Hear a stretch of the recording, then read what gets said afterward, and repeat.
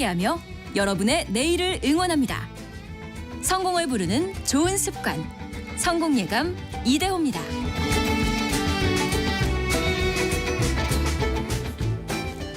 성공예감 이대호입니다. 2부가 시작됐습니다. 5월 8일 어버이의 날 수요일이고요. 10시 5분 지나가고 있습니다. 경제상식 퀴즈 정답은 배당이었습니다. 배당. 기업이 주주에게 그 이익 중의 일부를 나눠주는 것. 배당 혹은 배당금. 많이 좀 늘어야 할 텐데요. 그래야지 뭐 코리아 디스카운트 현상도 해소가 되고 정부가 추진하는 밸류업이 진짜 제대로 작동할 수 있겠죠. 특히 우리나라는 저희도 많이 강조해드리는 것처럼 주주 환원율, 배당이나 자사주 매입 소각을 통해서 주주의 가치를 높이는 그 비율이 세계 꼴찌 수준입니다. 세계 꼴찌. 사회주의 국가보다도 이 자본주의 국가에서 돈을 더 나눠주지 않는 그런 기업들의 모습. 이제는 좀 달라져야죠. 7566님 정답 배당금 맞춰주셨고요. 배당금 많이 주는 기업에는 혜택을 더 많이 주는지요? 라고 질문 주셨는데요. 정부에서도 그렇게 좀 밸류 프로그램을 지원하기 위해서 배당금을 늘리는 기업에 세제 혜택을 주겠다라고 일단 우는 띄워놨고요. 올가을에 세제 개편안 어떻게 나오는지 좀 지켜봐야죠. 또 그게 국회에서 여야가 합의가 또 돼야 하는 거고요. 8385님은 초등학생 아들이 배당금 나왔다는 걸 우편으로 확인할 때마다 즐거워한답니다. 라고. 이게 또 이제 교육이 됩니다. 교육이 됩니다. 정수모님은 배당금 때문에 주식을 팔려고 해도 자꾸 망설여져요. 근데 이게 좋은 거예요. 손실 보고 있고 혹은 약간 이익 보고 있어서 팔고 싶은데 때 되면 자꾸 배당이 나오네. 이러면서 이제 장기 투자가 가능해지는 거거든요. 그래서 저는 기업들도 가급적 연간 1회 배당을 하는 게 아니라 1년에 1,000원을 배당할 거면 250원씩 분기 배당을 하시면 훨씬 더 좋다. 이렇게 되면서 좀 장기 투자할 수 있는 문화도 같이 만들어갈 수 있다. 이렇게 또 강조를 드립니다. 자, 증시 시황 한번 볼게요. 오늘은 조금 쉬어갑니다. 코스피는 1포인트 내린 거의 뭐 보합 상태인데요. 2732, 2733 정도 가리키고 있고요. 코스닥은 867포인트로 0.4% 정도 약간 약보합 정도입니다. 큰 흐름은 없습니다. 그리고 원달러 환율은 1364원 정도 가리키고 있습니다. 최근에는 1350원대까지 내려오기도 했었는데 오늘은 약간 반등하면서 1364원 가리키고 있고요. 7857님이 푸른 봄도 자연의 배당금이 아닐까요? 라고. 시인이시네요. 시인. 감사합니다. 사실 이제 배당금뿐만이 아니라 주주 가치를 높이는 방법이 여러 가지가 있습니다. 또 최근에는 애플이 또 엄청난 결정을 해서 하루에 주가가 뭐 10% 정도 막 폭등해 버리기도 했었는데요. 그런데 오늘 좀 애플 이야기를 해보려고 합니다. 2007년 아이폰 출시 이후 거의 15년 이상 시장을 주도했던 기업인데 최근에는 애플이 시가총액 1위 자리도 내주고 AI 측면에서 또 많이 뒤처진다라는 악평을 받기도 하는데요. 또 이 때문에 애플 주주들은 또 속이 타들어가기도 하고요. 과연 애플에 어떤 일이 생기고 있는 건지 이 위기를 또 극복할 수 있을지 미래 생활사전 시간에 한번 귀담아 들어보시죠. 서울경제신문 송일아 기자와 함께합니다. 안녕하세요. 네, 안녕하세요. 얼마 전 애플의 1분기 실적이 나왔죠? 네, 그렇습니다. 어땠어요? 애플이 현지 시간으로 지난 2일이었죠. 올해 1분기 이제 1월에서 3월까지 실적을 발표를 했는데요.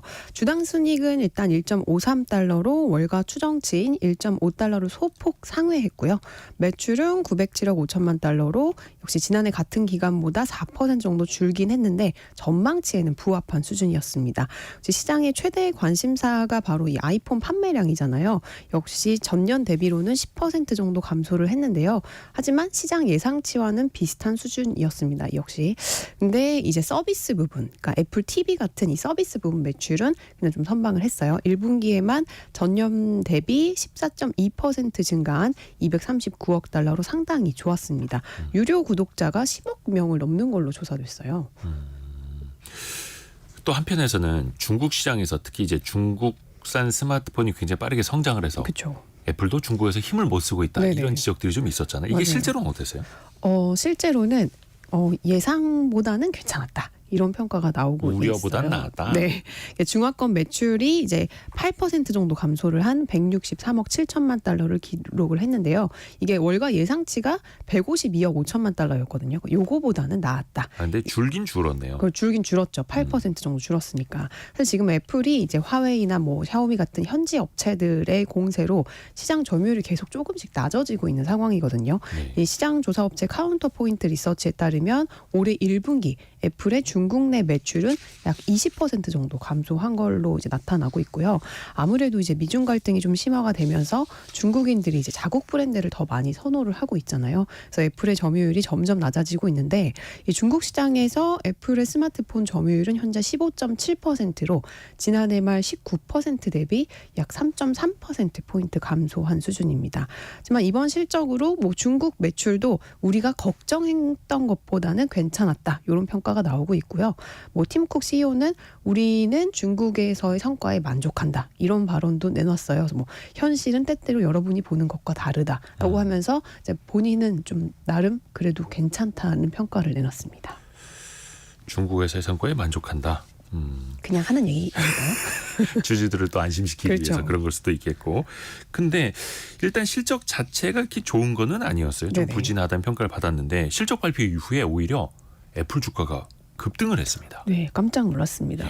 아침에 다들 이제 깜짝 놀라셨을 텐데 애플이 이날 역대 최대 수준인 1,100억 달러, 우리 돈으로 약 150조 8천억 원 규모의 자사주 매입을 발표를 했기 때문인데요. 약 150조 원 규모. 그렇죠.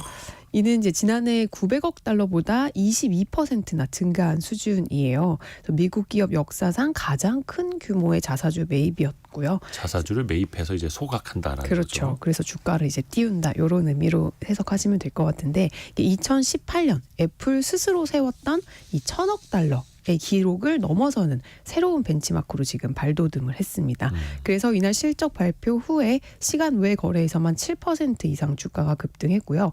다음 날 정규장에서도 6% 가까이 올라서 애플 주주분들 간만에 이제 두 발 뻗고 주무셨을 것 같은데 이제 월가 역시 줄줄이 애플 목표가를 상향 조정했습니다.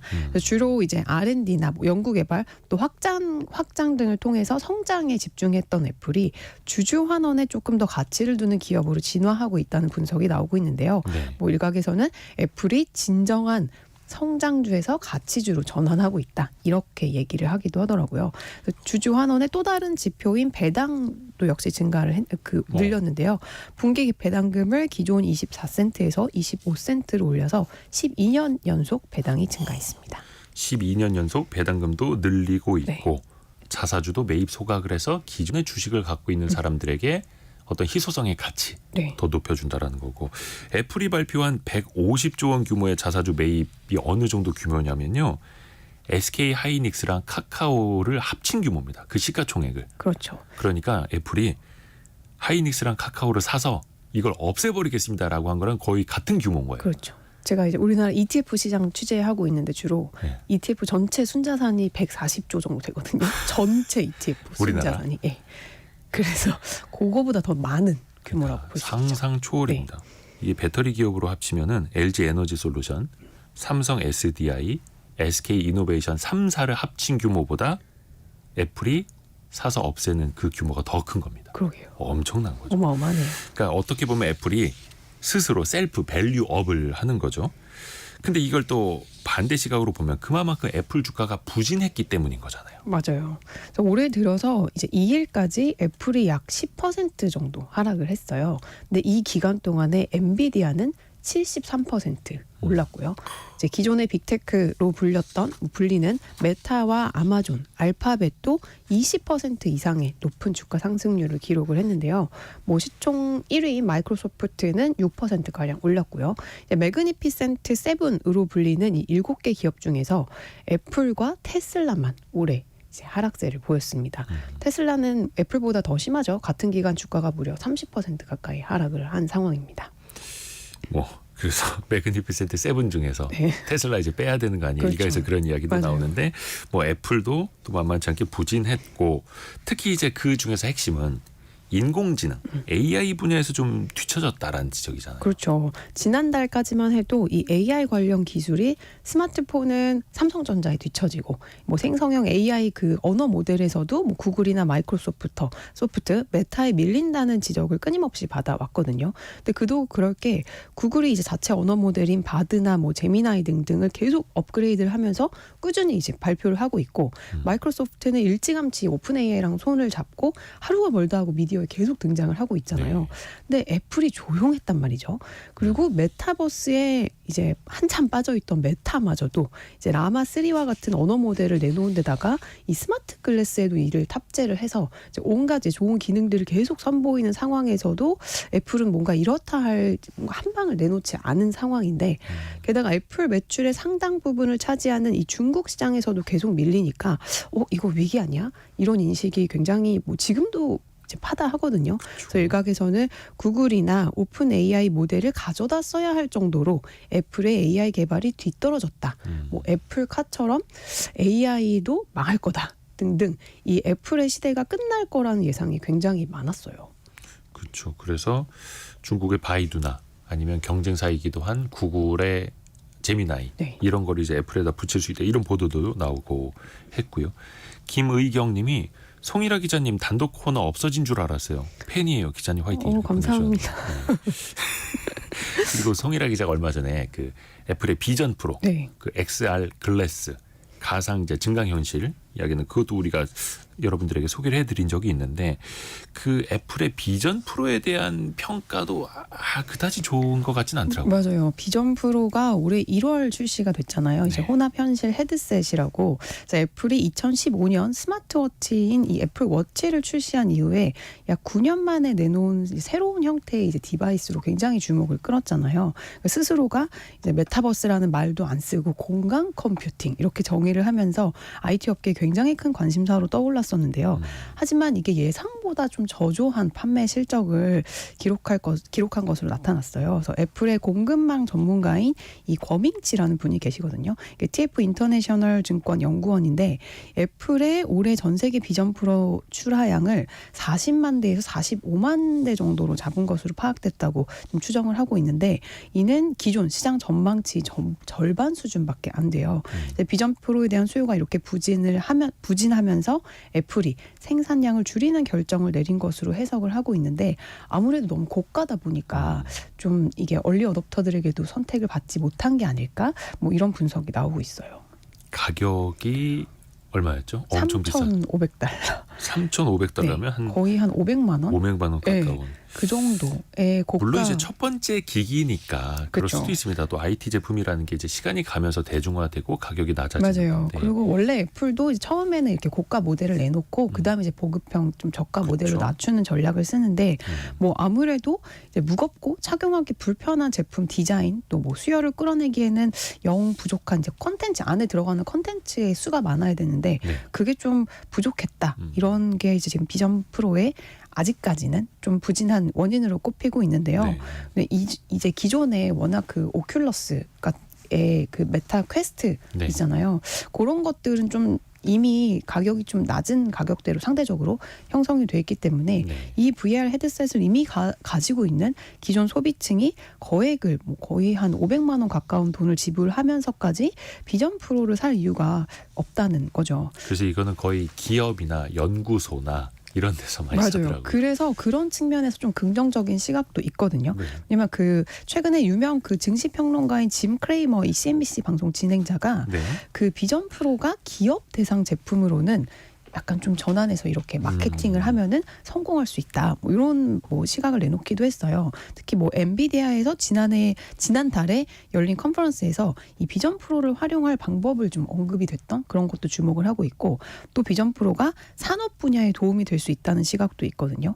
특히 뭐 세계에서 가장 큰 산업군인 이 공장 건설 이쪽에서 좀 어떤 그 구조가 설계가 변경될 부분을 미리 테스트하고 비용을 줄이는데 비전 프로를 사용할 수 있다면 3,500달러의 이 가격이 오히려 좀 저렴하게 느껴질 수도 있다. 뭐 이런 분석도 나오고 있긴 해요. 근데 아직까지는 좀 그 활로를 뚫지 못한 것 같아요.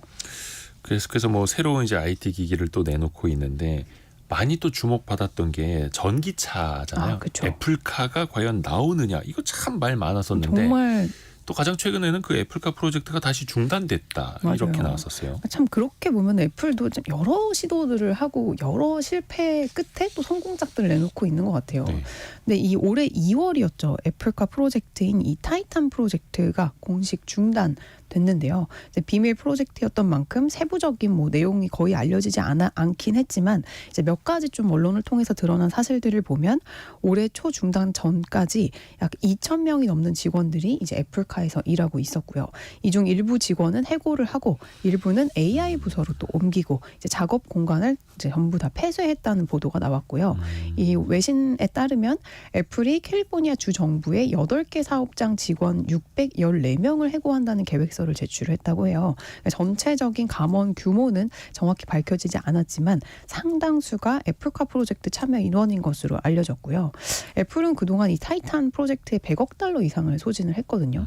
뭐 한때 그 제가 미국에 있을 때도 현대차와 막 협업을 한다 막 이런 뉴스 때문에 현대차 주가가 네. 확 오르고 막 이럴 때도 있었어요. 그래서 여러 뭐 완성차 제조업체들과의 협력 얘기가 계속 들려오기도 했는데 하지만 이게 애플은 주도권을 뺏기고 싶지 않았을 거예요. 그리고 그렇죠. 이 제조업체들 역시 완성차 업체들 역시 결국에는 나중에는 경쟁자가 될 텐데 당장에 협력을 하는 게 무슨 의미가 있나에 대해서 계속 주판화를 굴렸던 것 같아요. 그래서 거의 성사된 협력이 없었고 결국에는 10년간 공들였던 이 전기차 프로젝트가 여기서 끝이 나게 됐는데 업계에서는 이 AI 관련 기술 개발이 당장에 너무 급하니까 여기 돈만 많이 들어가는 일단 애플카를 접자 뭐 이렇게 된 게 아닌가 이런 해석이 가장 지배적이에요.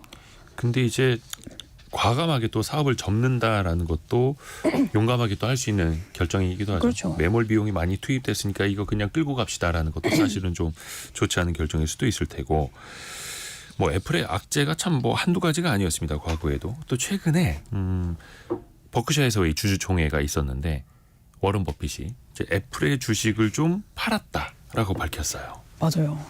이게 또 다른 악재였죠. 이 워렌 버핏이 운영하는 기업인 버크셔 해서웨이 이 포트폴리오는 미국 경제의 작은 축소판으로도 인식이 되고 있는데요. 이제 매년 미국 네브라스카주 오마하에서 열리는 이 버크셔 해서웨이 연례 주주총회가 굉장히 유명하잖아요. 네. 투자에 관심 있으신 분들은 한번 정말 가보고 싶다. 그렇죠. 갔다 오신 분들도 많고 그래서 어떤 이야기가 나올까 이렇게 귀를 기울이는 행사로도 잘 알려져 있는데 현지 시각으로 지난주였죠. 지난 4일 열린 주총에서 버크셔 1분기 실적을 발표를 했는데요. 이번 실적 발표에서 가장 주목받았던 부분이 바로 보유 포트폴리오 비중이 가장 높은 애플의 주식을 대거 내다 판 사실입니다. 3월 말 기준으로 버크셔의 애플 보유 지분 평가액은 약 1,354억 달러로 우리 돈으로 184조 원 수준인데요. 이게 지난해 12월 말 대비 22% 감소한 이제 보유 지분 평가액이에요. 그러니까 이 기간 중에 애플 보유 지분을 기존보다 약 13%가량 줄인 걸로 이제 분석이 되고 있고요. 네. 지난해 12월 후반부터 2분기 연속 지금 애플 주식을 매각해서 눈길을 끌고 있습니다. 그러니까 작년 말부터 지속적으로 애플 주식을 조금씩 줄이고 있다. 네, 맞아요. 줄이고 있다. 그러면 사실 이제 워런 버핏이 애플에 투자할 때부터 그 많이 화제가 됐어요. 네. 왜냐하면 기술주, 첨단 기업엔 잘 투자를 안 하는 스타일이었는데 그렇죠. 이후에 많이 바뀌기도 했었고 물론 오래 투자를 하긴 했습니다만 왜 팔았다고 혹시 어떻게 밝혔습니까? 이게 워렌 버핏이 그동안 본인이 애플 투자로 막대한 평가 차익을 거뒀기 때문에 그럼요. 그만큼 내야 될 세금이 많아서 이 세금을 줄이기 위해서 어쩔 수 없이 지분을 축소한 거다. 뭐 이렇게 일단 설명을 했거든요. 뭐 근데 맞는 말이기도 해요. 향후 미국의 뭐 재정 적자와 부채 증가로 인해서 이 기업의 세율이 오를 가능성이 굉장히 높은 상황이거든요. 그러니까 지금 바이든 대통령이 법인세율을 21%에서 28%로 인상하는 법안을 실제 추진 중이기도 하고요. 그래서 이제 워렌 버핏은 내가 너무 이제 앞으로 내야 될 세금이 많으니까 이제 나도 그 높은 세금을 피하기 위해서 어쩔 수 없이 팔았다라고 그저 단순한 이유라고 선을 그었고 실제로도 애플이 이제 아메리칸 익스프레스나 코카콜라 같은 이제 본인이 보유한 다른 이제 종목들보다 훨씬 더 나은 기업이다라는 발언도 하면서 애플에 대한 믿음이 여전하다고 강조를 했는데 뭐 이를 증명하기 위해서 이날 그 주총 현장에 팀 쿡 애플 CEO도 왔어요. 초대를 해가지고 이제 이 애플에 갖는 이제 믿음이 여전히 이제 견고하다라는 거를 계속 이제 강조를 했는데, 그렇죠. 네, 이제 버크셔의 이제 투자 포트폴리오 상위 5개 기업의 지분이 전체의 75%를 차지할 정도로 상당히 편향적으로 구성이 돼 있거든요. 근데 그 중에 애플에 대한 투자 규모는 이제 넘사벽 1위죠. 그래서 거의 한때는 버크셔에서의 포트폴리오의 거의 절반에 육박하기도 맞아요. 했었고요. 일대 사실 이제 주주기도 하고. 워런 버핏이 되게 집중 투자를 많이 하죠. 맞아요. 네.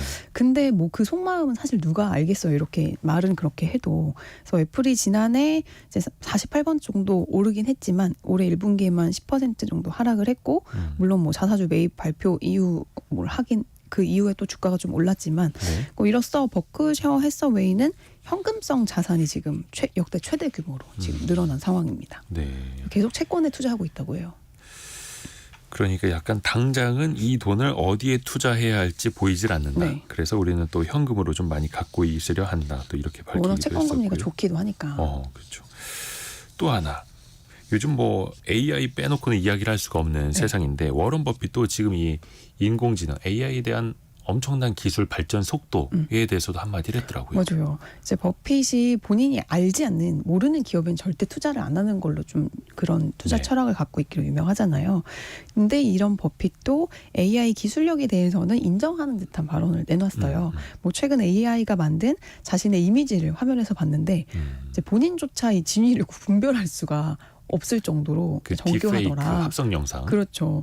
그런 뭐 발언도 했었고, 또 이제 AI를 핵무기에 빗대서 또 설명을 하기도 했는데요. 네. 뭐 핵무기를 영화 알라딘에서 나온 램프의 요정 지니에 비유하면서 AI도 마찬가지라고 했거든요. 그래서 핵무기를 개발한 게 뭐 소원을 들어달라고 지니를 램프 밖으로 불러낸 건데, 원래 이제 목적과 달리 지금 끔찍한 일을 하고 있고 그 힘이 두렵다고 얘기를 했고, 지니를 다시 병 속에 넣는 방법을 모르는데 AI도 지니와 어느 정도 비슷하다. 라는 이제 언급을 하기도 했습니다. 이제 뭐 버핏 회장이 애플을 제외한 기술주 투자에는 지금 지속적으로 나서지 않고 있잖아요. 네. 투자의 귀재라고 부르기에는 사실 최근 10년간의 버핏의 투자 수익률이 그렇게 좋지 않아요. S&P 수익률에 못 미치고 있는 상황이거든요. 근데 이런 거를 우리가 너무 이렇게 워렌 버핏 회장을 투자의 귀재 막 무조건 따라해야 돼 이런 시각에서만 보지 않았으면 좋겠다. 뭐 그런 생각도 들고, 버핏 회장 출생 연도가 1930년생이세요. 그렇죠. 그러니까 현재 이제 기술주가 이제 끌고 가는 이 시장에 이제 따라가지 못하는 사실 그 수익률을 내고 있거든요.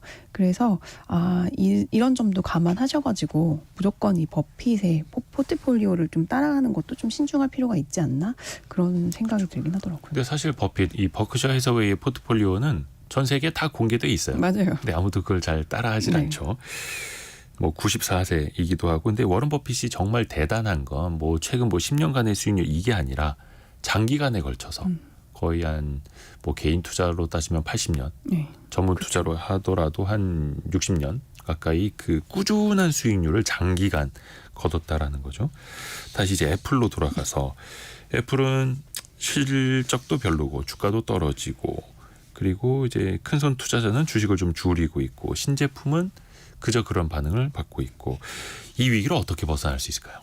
사실 현 시점에서 이 위기의 분위기를 전환할 수 있는 건 역시 AI밖에 없지 않을까요? 라는 이제 그런 얘기들이 많이 나오고 있는데, 애플 그 팀 쿡 CEO 역시 1분기 실적 발표 그 컨퍼런스 콜에서 애플의 강력한 이 에코시스템 내에서 새로운 AI 혁신을 공개하겠다라고 이제 선언을 했어요. 그래서 간밤에 그 첫 번째로 아이패드 프로 7세대 신제품이 또 공개가 됐거든요. 근데 여기에는 M4라는 애플의 최신 칩이 지금 탑재가 됐고요. 이게 기존 프로에 적용됐던 M2는 물론 이제 애플의 최신 노트북에 사용되는 M3 칩보다도 더 앞선 칩으로 강력한 인공지능을 위한 칩이라고 밝혔습니다. 네. 그리고 또 내달 10일에는 세계 개발자 회의라고 WWDC라는 이제 애플 개발자들이 모이는 연례 회의가 열리는데, 여기에서 생성 AI를 음성 비서인 시리와 결합한 iOS 18 버전을 포함해서 새로운 인공지능 플랫폼을 공개할 예정인데, 또 하반기에는 이 아이폰 신제품이 전부 AI로 온디바이스 AI로 바뀐다는 얘기도 나오고, 그래 그래서 이 같은 소식에 애플 주가가 2달 만에 다시 최근에 $180 선을 회복을 했고요.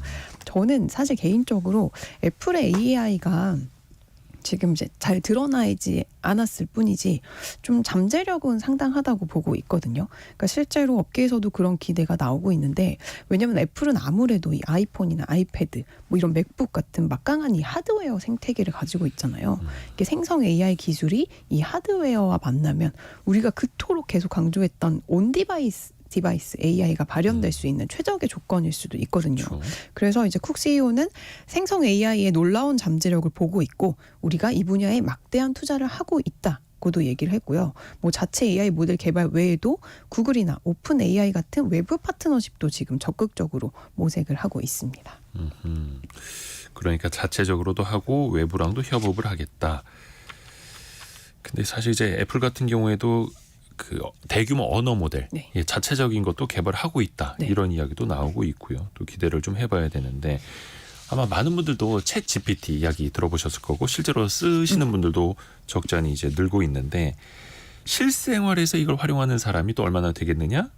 애플이 과연 그 틈을 공략할 수 있겠느냐? 이것도 좀 따져봐야죠. 맞아요. 네, 애플이 올 초 이 활성 기기 사용자 수가 22억 명을 돌파를 했어요. 이게 전 세계 인구의 4분의 1 이상이 지금 이제 애플의 제품을 사용한다는 뜻인데요. 2016년까지만 해도 10억 명이었어요. 근데 2020년에 15억 명을 돌파 이후에 계속 증가하고 있는 상황인데, 아이폰의 생성 AI 모델 혹은 이런 기술을 탑재를 해서 22억 명의 사용자에게 곧바로 도달할 수 있다는 것, 이 점은 정말 엄청난 경쟁력인 그렇죠. 것 같아요. 이게 제가 아는 어떤 분은 그 메타가 개발한 그 스마트 선글라스를 너무 만족스럽게 이제 미국에 사시는 분인데 쓰고 있대요. 근데 이거를 쓰다가 보니까 애플 주식을 사야겠다는 생각이 든다고 하더라고요. 왜요?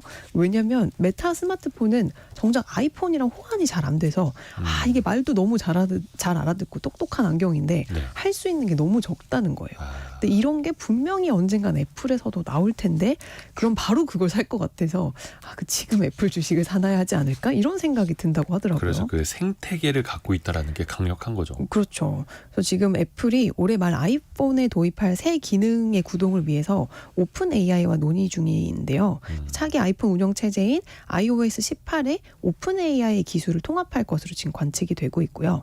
지난달에는 또 비슷한 목적으로 구글과 제미나이 라이선스 협상 중이라는 이제 소식도 들려왔는데요. 구글과 오픈 AI 모두를 파트너로 삼을지, 아니면 뭐 어느 한쪽을 선택할지, 아니면 별도의 새로운 제3자의 기업을 선택할지의 그 키를 애플이 쥐고 있다는 게 중요한 사실이에요. 그러니까 마치 이게 애플이 그 아이폰 웹브라우저 사파리 있잖아요. 이 사파리의 기본 검색 엔진으로 구글을 탑재하고 그 대가로 애플이 검색 광고 수익의 30% 이상을 받는 거랑 비슷한 구조인 거죠. 그렇죠. 그래서 구글이 애플에게 또 얼마를 수수료로 지급하고 있다, 이런 게 그렇죠. 또 공개가 됐죠. 애플 자체적으로 좀 AI 분야에서 어떻게 나아가는지 좀 개발하고 있는 것 좀 알려주세요. 네, 오늘 또 조간에 애플 AI 칩, 반도체 칩 뉴스가 이제 이렇게 쫙 보이던데, 네. 애플이 인텔의 반도체 칩을 쓰다가 그 맥북에 들어가는 자체 반도체 칩을 생산한 거 다들 아실 텐데요. AI 칩도 만들고 있는 것으로 확인이 됐습니다. 그러니까 6일 월스트리트 저널에 따르면 애플이 몇 년 전부터 데이터 센터용 AI 칩을 개발하기 위한 프로젝트를 진행 중이고요. 이거를 뭐 언제 어떻게 공개할지 여부는 전혀 알려진 바가 없지만, 기존에도 아이폰이나 맥 등 기기에 자체 개발한 칩을 넣어온 그 전례가 있잖아요. 이게 비교적 다른 빅테크들에 비해서 칩 개발에 역량이 있는 만큼 업계가 매우 긴장하고 있는 상황이고요. 애플까지 합세하면 5대 빅테크가 모두 자체 칩을 개발하고 있는 상황입니다. 그러니까 이는 이들을 고객사로 가진 엔비디아 입장에서는 사실 좀 안 좋은 뉴스일 수 있거든요. 그래서 벌써부터 주요 외신은 2010년도에 이 산업의 생태계가 이제 PC에서 모바일로 전환이 됐을 때 주요 고객사의 자체 칩 개발 흐름에 인텔의 지배력이 약해진 것처럼 엔비디아 또한 비슷한 선례를 밟을 수 있다, 이런 비관론이 조금씩 나오고 있고요. 그러니까 애플의 AI 전략과 이제 미래 방향성에 대한 힌트가 아무래도 6월 이 WWDC를 좀 봐야지 좀 구체적으로 나올 것 같아요. AI 반도체 분야에서 엔비디아에게만 목매는 게 아니라 저마다 자체적으로 개발을 하면서 기술적으로 또 이제 독립할 준비를 하고 있는 거예요. 물론 이게 쉬운 건 아닙니다만. 애플 같은 경우에는 그 시리아라고 네. 하면 이제 대답하는 거 있지 않습니까? 음성 비서. 근데 이제 많은 분들도 생각하시겠습니다만 여기에다가 진짜 AI 기술을 덧붙이면 참 강력해질 텐데 맞아요. 그 생각들을 하실 거예요. 아직까지 이 시리 성능이 우리의 기대만큼은 아니잖아요. 답답하죠. 답답하죠. 예. 예. 근데 애플이 발표한 이제 최근에 여러 연구 논문들을 좀 분석한 기사들이 있었는데 네. 그간 애플이 AI에 어떤 방향으로 접근하는지 힌트들을 조금 얻을 수 있었거든요. 그러니까 미국의 테크 매체인 더 버지에 따르면 일단은 성능이 개선된 시리가 나올 것 같습니다. 그래서 iOS 18에서 애플은 모든 AI 기능을 완전히 오프라인 상태에서도 실행될 수 있도록 할 계획이라고 이제 알려졌는데요. 이렇게 되면 언제든지 더 빠르고 언제 어디서나 사용할 수 있는 시리가 가능해지는 거죠. 그러니까 온라인이 아니어도 이 시리를 효율적으로 쓸 수 있는 거고 그래서 애플은 이 데이터를 저장하는 시스템을 개발하고 있대요. 그래서 이 시스템은 CPU의 기존 로딩 방법에 비해서 약 4-5배 정도 빠른 추론이 가능하고 또 GPU에서는 25배 이 정도 빠르다고 하는데 이제 이 장치에서 작은 스마트폰 장치에서 가장 저렴하고 사용 가능한 저장소를 활용함으로써 모델이 더 빠르고 효율적으로 실행될 수 있다는 것을 애플이 지금 발견했다는 거죠. 그리고 또 애플은 AI 언어 모델을 의미 있게 약화시키지 않으면서 훨씬 더 작게 압축할 수 있는 시스템도 개발 중인데요. 그 예전에는 언어 모델이 막 초거대 언어 모델 이러면서 무조건 그 매개 변수라고 하는 수가 막 몇억 개 막 많아야지 더 성능이 좋은 AI 모델이다라고 했는데 요즘은 그런 오히려 조금 더 경량화되면서 내가 원하는 기능에 집중한 모델이 더 좀 나을 수 있다 이런 얘기들도 많이 나오고 있거든요. 그래서 아무래도 이제 몸이 가벼우니까 기기에 내장해야 하는 온디바이스 AI에겐 더 적합하는데 애플이 좀 이 모든 것 사이에서 적절한 균형을 지금 찾으려고 노력 중이라는 거를 알 수 있었어요. 아하. 조금 전에 그 9169님이 이대호님이 시리아 하니까 제 아이폰이 대답하네요. 아 이런 일이 실제로 벌어지는군요. 그게 그 실제로 입력한 사람의 목소리를 분석해서 그 사람이 불러야만 대답하도록 하는 약간 그런 기술도 있던데 그렇죠. 아직은 조금 네. 맞아요. 그리고 그 화면 있잖아요. 얼굴 인식하는 거. 네네네. 그것도 저희 아들이랑 저희 딸이랑 네. 동시에 닮았거든요. 동시에 이제 풀리더라고요. 아 그래요. 네. 아직까지는 그렇게 정교하지 못하다라는 거. 만약에 애플 AI가 제대로 등장을 하게 되면 네. 과연 어떤 모습을 또 구현할 수 있을까? 이 모습도 한번 미리 내다볼까요? 네, 애플이 강한 게 또 건강 데이터잖아요. 그 생체 인식 데이터를 굉장히 많이 가지고 있는데 이 모든 동작 데이터를 수집하고 대조하는 방법, 또 보행 인식이나 이 헤드폰 사용해서 사용자를 식별하는 방법, 뭐 심박수 데이터를 추적하고 이해하는 방법 같은 거를 계속 연구를 해왔거든요. 이런 것들을 사용한 AI 기능도 나오지 않을까 이제 예상이 되고 있고요. 또 하나는 이미지 편집 기능이 또 애플이 좋거든요. 아이폰 쓰시는 분들 아시겠지만 그 사진에서 인물을 이렇게 꾹 누르면 네. 배경이 삭제가 되고 인물만 분리되는 기능이 있잖아요. 이게 시쳇말로 눕기 딴다 이런 네네네. 예, 이렇게 표현을 하기도 하는데 이 기능이 처음 나왔을 때 정말 디자인하시는 분들은 와 진짜 옛날이요 이러시더라고요. 예전에 이거를 일일이 사람 손으로 다 또 얼마 했는데 전에는 삼성폰에서도 지원이 되더라고요. 맞아요. 네. 근데 애플이 내놓은 한 논문을 보면 네. 그 다수의 뭐 애니메이션 하시는 분들이나 디자이너 뭐 이런 분들을 인터뷰한 다음에 사용자가 생성한 그 디자인을 반복적으로 구성하고 개선할 수 있도록 한 시스템을 구축한 것으로도 확인이 됐는데요. 예를 들어서 달리, 그러니까 오픈 AI의 이미지 생성 툴인 달리를 써보신 분들 아실 텐데 한번 이제 프롬프트를 입력을 해서 이미지를 생성을 하면 그 이미지 일부만 변경하는 게 굉장히 어려워요. 어렵죠. 안 되죠. 그래서 또 다른 이제 프롬프트를 넣으면 오히려 아예 다른 그림이 나오고 막 이러거든요. 그러니까 같은 명령을 뭐 이런 배경에 저런 분위기에 어떤 사람이 어떻게 하고 있는 걸 그려줘라고 똑같이 넣어도 맞아요. 넣을 때마다 다른 그림이 그림이 생성이 나와요. 되니까요. 근데 애플이 이거를 이거를 이제 일부만 수정할 수 있는 기능들을 개발을 하고 있다고 합니다. 예를 들어서 이미지 생성을 했는데 바다를 더 파랗게 해줘. 막 하늘을 더 뭐 회색으로 만들어줘. 이렇게 하는 일부의 수정 이런 것들이 가능한 좀 이미지 편집 기능란 MGIE라는 도구를 이제 설명을 하기도 했고요. 뭐 이 밖에도 애플 뮤직에서는 악기와 또 음성을 분리하는 기능 뭐 이런 것들도 지금 추진을 하고 그러니까 되게 간단할 것 같은데 생각보다 간단하지 않은 그런 기능들을 많이들 연구를 하고 있는 것 같아요. 그렇죠. 그리고 또 이게 언제 나오느냐, 또 실생활에서 대중적으로 쓰여질 거냐, 맞아요. 이것도 좀 따져봐야죠. 네, 애플이 사실 집중하고 있는 기술들인 건 맞지만 네. 지금 아직 논문은 논문일 뿐이거든요. 그러니까 연구가 실제 서비스로 나오는 거랑은 또 다른 얘기긴 한데, 하지만 이 두 가지 사실만 분명하게 기억을 하시는 게 좋을 것 같아요. 네. 뭐냐면 첫 번째는 애플이 알려진 것과는 달리 AI 경쟁에 적극적으로 참여하고 있다는 것. 두 번째는 아이폰을 전면 개편할 수도 있고 시리를 획기적으로 개선할 수도 있다는 사실입니다. 이제 강력한 하드웨어 생태계를 지닌 애플이 이 AI와의 결합을 매끄럽고 또 고객이 즉각 이게 느낄 수 있게 만들어낸다면 상당한 성취가 될 것이고, 이것은 애플의 또 다른 도약의 계기가 될 수 있다. 이런 얘기들이 나오고 있습니다. 그리고 참 서학겜이라고도 표현을 하는데 네. 해외 주식 투자하시는 분들 중에서 애플이 항상 상위에서 빠지지를 않아요. 맞아요. 많은 분들이 사랑하는 주식이긴 한데 결국은 또 주가도 좀 회복이 돼야 할 텐데요. 그러게 말이에요. 그러니까 예탁결제원에 따르면 애플은 2020년 9월께부터 지난해 연말까지 테슬라에 이어 국내 서학개미 주식 보관 금액 기준으로 부동의 2위를 차지했는데요. 근데 올해 2월에 엔비디아에 잠시 2위 자리를 내놓는 굴욕을 겪기도 했습니다. 근데 국내 투자자들이 올해 들어서 애플의 보유 규모를 좀 줄이고 있어요. 그래서 이달 1일 기준으로 애플 주식의 보유 규모는 약 5조 8천억 원 수준으로 지난해 말 7조 3천억 원을 찍고 1월부터 내리 감소세를 보이고 있습니다. 올해 들어서만 보유 규모가 15% 이상 감소를 했는데요. 이제 빅테크를 중심으로 국내 투자자들의 미국 주식 투자가 늘고 있는 점을 고려를 하면 애플 주식을 팔고 있다는 건 그만큼 좀 서학개미들의 실망감이 크다는 뜻이 아닐까. 근데 이게 단순하게 주가가 많이 떨어져서라고 이제 보기에는 테슬라가 훨씬 더 많이 빠졌거든요. 그렇죠. 예. 근데 테슬라 주식 보유액은 오히려 지난달부터 조금씩 다시 줍줍하고 늘고 있어요. 거의 또 더 많이 떨어졌으니 네. 이제 사겠다. 막 아무래도 이런 좀 것도 장기 있고. 성장성에 대해 좀 애플에 조금 더 큰 의구심을 갖고 있는 분들이 많지 않나 그런 생각입니다.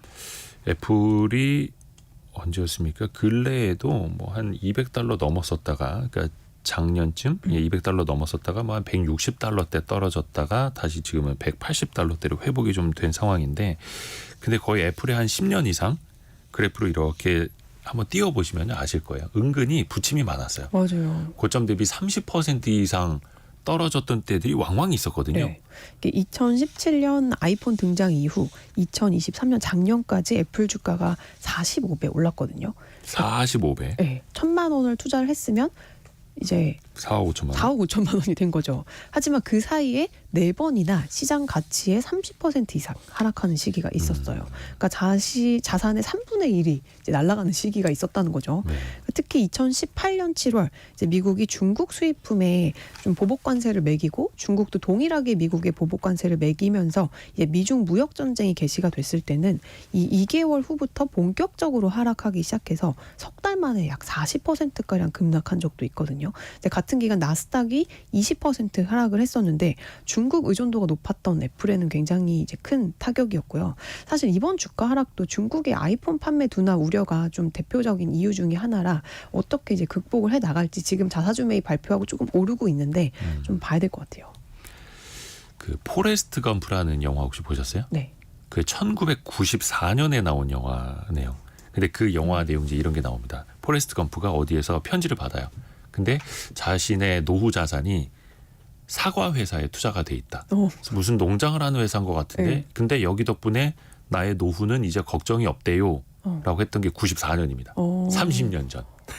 그때 애플에 투자하셨나 봐요. 근데 이제 그때는 뭐 맥킨토시나 이런 거 할 네, 때 그쵸. 시절이었고, 근데 그 이후 2007년 이후에 45배 오른 애플의 주식. 그러니까 사실 어떻게 보면 우리는 그 짧은 순간만 이야기하는 걸 수도 있어요. 또 앞으로 어떻게 될지 모르겠는데, 근데 애플은 항상 위기 때마다 또 잘 헤쳐왔던 게 또 과거의 모습이었는데, 그렇죠. 앞으로는 어떨까요? 이게 2016년이나 2019년에도 애플이 매출과 영업이익이 쭉 빠지면서 성장이 끝났다 하면서 이제 주식이 빠졌었는데, 그때마다 신제품을 성공을 시키고 또 서비스 매출이 증가를 하면서 턴어라운드에 성공을 했었거든요.